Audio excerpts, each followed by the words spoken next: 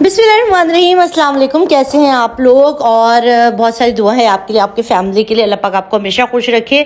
Garden दिखा रही हूँ, साथ हैं। उसके साथ ही आपकी ख्वाहिश होती है कि भाई अगर आपका देवर है, पढ़ा लिखा है, अच्छा है, खूबसूरत है, तो आपकी कोशिश होती है कि आप अपनी बहन को भी अपने साथ ही ले आएँ और साथ ही देवरानी बना लें, क्योंकि आपको लगता है यहाँ पे आपका होल्ड है और आप जेठानी हैं और आपके अंडर में सारे चल रहे हैं। तो जो नई देवरानी आएगी उसके साथ आपकी बैठेगी नहीं, आपकी बनेगी नहीं, आपकी जमेगी नहीं, और वो फिर आपकी चीज़ों में जो है कड़कड़ पड़पड़ करेगी, तो फिर आपको बड़े मसले मसाइल हो जाएंगे। इस चक्कर में क्या करती हैं ये जो बहनें होती हैं ना, बड़ी बहनें, उनकी कोशिश होती है कि वो जो है वो छोटी बहन को भी ले आए अपने देवर के साथ शादी करके। और एक घर में अगर दो बहनें होंगी ना तो बड़ा ही जो है इम्प्रेशन पड़ता है, ससुराल वाले थोड़ा दबके रहते हैं, ये उस लड़की का खाम ख्याली होती है। और बहुत जगह पर ऐसा होता है कि ससुराल वालों की ही डिमांड होती है कि भाई हमारे दो बेटे हैं तो इन दोनों ही बहनों को हम ब्याह दें। उनके ख्याल ये होता है ससुराल वालों का, असल इसके अंदर जो बेसिक मकसद होता है ना ससुराल वालों के या सास ससुर का, कि अगर दो बहनों को एक साथ ले आएंगे तो हमारे बेटे जुड़ के रहेंगे। जाहिर है जो दो सगी बहनें होंगी तो वो आपस में लड़ाइयाँ तो करेंगे नहीं, इख्तलाफ तो होगा नहीं, और दोनों साथ रहेंगी, साथ जुड़ के प्यार मोहब्बत से रहेंगे, तो हमारा घर भी जुड़ा रहेगा और पार्टीशन नहीं होगा, घर अलग नहीं होगा, लड़ाई झगड़े कम होंगे, बहनें बहनें आपस में प्यार से रहेंगी, तो भाइयों में काना फूसी नहीं होगी और भाइयों के अंदर तफरक़ेबाज़ी नहीं होगी। मगर और हमने देखा भी है, देखो मेजॉरिटी आप में और मैंने, हमारे ख़ानदानों में बहुत सी ऐसी शादियाँ हुई भी हैं जहाँ पे बहनें बहनें हैं या एक जैसी दो बहनें एक घर में आ गई हैं, और वट्टा सट्टा भी कह सकते हो। कुछ होता है कि भाई हमारी बहन जो उनके घर में चली जाती है, हम उनकी बहन ले आते, वट्टा सट्टा कहते जिसे। मगर आज जो मैं बात कर रही हूँ ना, वो है कि एक ही घर में दो बहनों का आ जाना। होता क्या है कि जब बड़ी बहन छोटी बहन को ब्याह कर ले आती है ना, तो आप यकीन करें औरत की फितरत बदलती नहीं है। एक वक्त को गैर जो देवरानी होती है या गैर जो जेठानी होती है ना, वो तो कहीं ना कहीं कॉम्प्रोमाइज़ कर लेती है कि यार ये गैर है। मगर जहाँ दो सगी बहनें एक ही घर में आ जाती है ना, तो उनके साथ क्या मसले शुरू होते हैं। उनके मसले ज़्यादातर हल करने के लिए जाते हैं पेरेंट्स के पास। यानी बड़ी बहन जाएगी माँ के पास, शिकायतें करेगी कि छोटी बहन ऐसी है, छोटी बहन जाके बड़ी बहन की शिकायतें करेगी कि मुझ पर रोब झाड़ती है, इसका शौहर ऐसा है, इसके या सास जो है वो इसको ज़्यादा करती है, इसके मस्के गिरी होती है। बहुत जगह पे मैं कुछ घराने हैं जहाँ पर मैंने ये देखा भी है कि जो जहाँ पर दो बहनें साथ जाती हैं ना शादी होकर, और अगर फाइनेंशियली तौर पर जेड स्टेबल है या फाइनेंशियली तौर पर देवर स्टेबल है, उसकी जॉब अच्छी है, वो खाता पीता अच्छा है, तो दोनों बहनों में हसद का एलिमेंट आता है।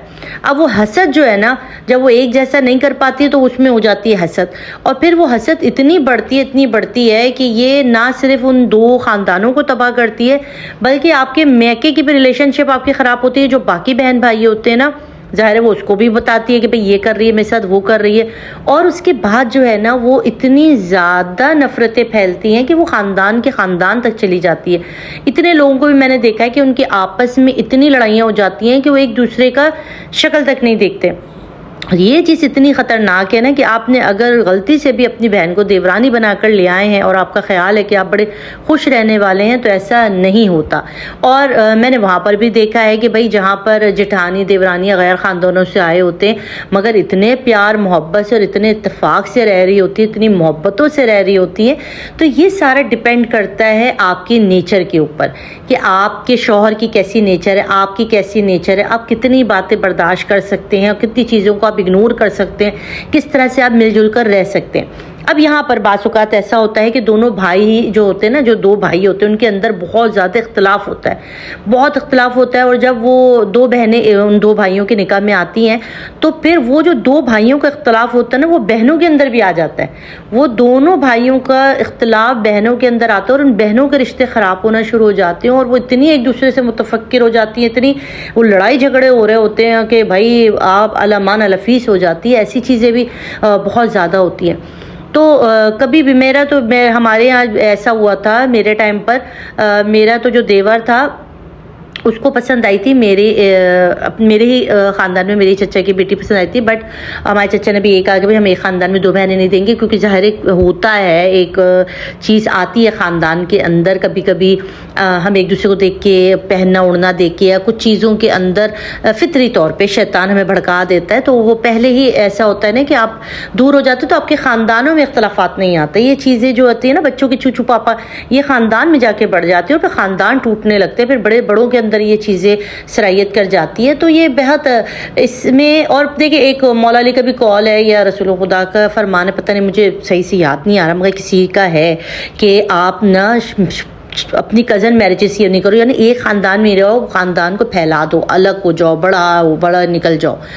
तो बहनें, बड़ी बहनें ले तो आती हैं अपनी छोटी बहनों को प्यार करके कि यार हमारा होल्ड होगा, हम ससुराल में ज़रा रोब धोप डालेंगे हम दोनों बहनें मिलके, मगर वो उल्टा ही पड़ जाता है।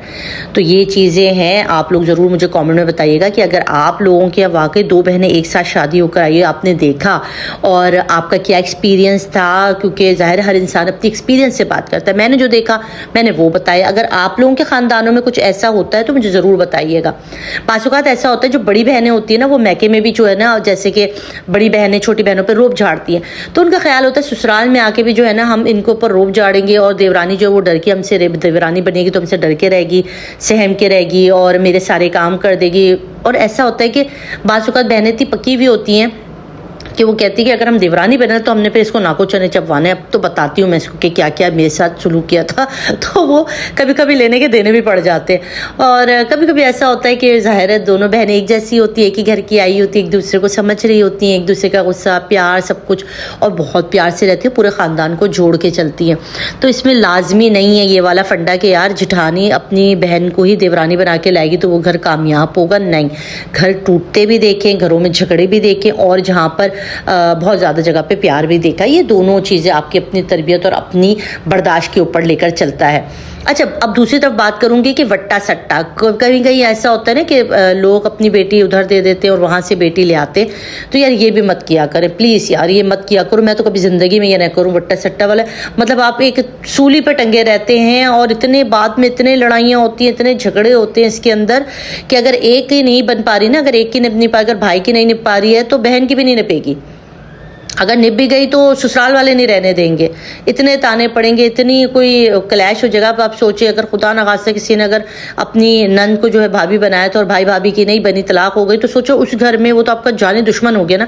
अब आपका मैका भी छूट जाएगा, अब आपका मैका भी नहीं रहेगा।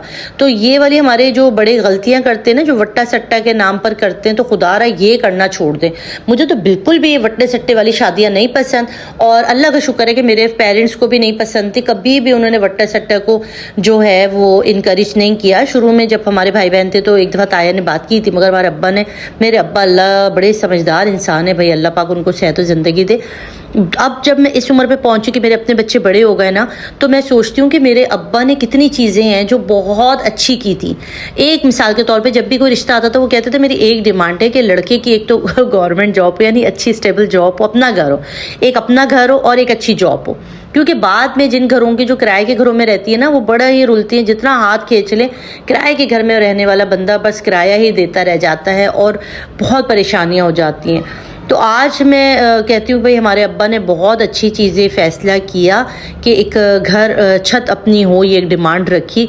शक्ल सूरत को कभी नहीं देखा, मगर फिर भी अल्लाह का शुक्र है दामाद सारे ही प्यारे अच्छे मिले हमारे अब्बा को। मगर उन्होंने कभी भी ये नहीं देखा, उन्होंने नेक फितरत देखा कि नमाजी परहेजगार हो, अच्छा इंसान होना चाहिए। अमीर होना शर्त नहीं है, मगर हाँ किराएदार ना हो, किराए के घर में ना रहा। तो छोटा सा भी हो, जब मैं शादी होकर आई थी तो मेरा 3 कमरों का एक मुख्तसर सा घर था। अल्लाह पाक ने देखे इसी में बरकत दी, मेरे शौहर की तनख्वाह जो है वो सैलरी बढ़ती गई, काम अच्छा होता गया, और आज अपना खुद का इतना बड़ा घर है मेरा अल्हम्दुलिल्लाह। आप लोग देख रहे हैं मेरे घर को।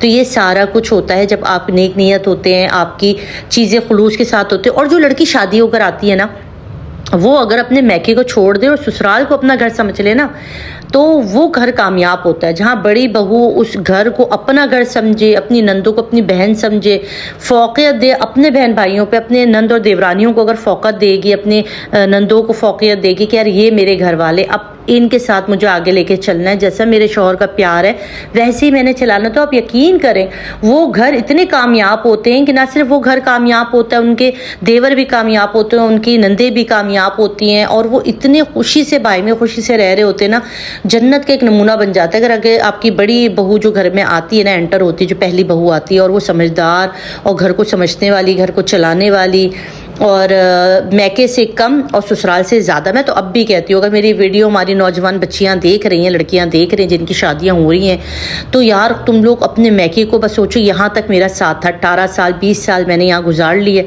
अब जिस घर में मैं शादी होकर जा रही हूँ, यहाँ मैंने ज़िंदगी के कोई 40 साल कोई 45 साल अल्लाह ज़िंदगी दे, मतलब अपनी ज़िंदगी का ज़्यादा हिस्सा मैंने इस घर में गुजारना है जो मेरा ससुराल है।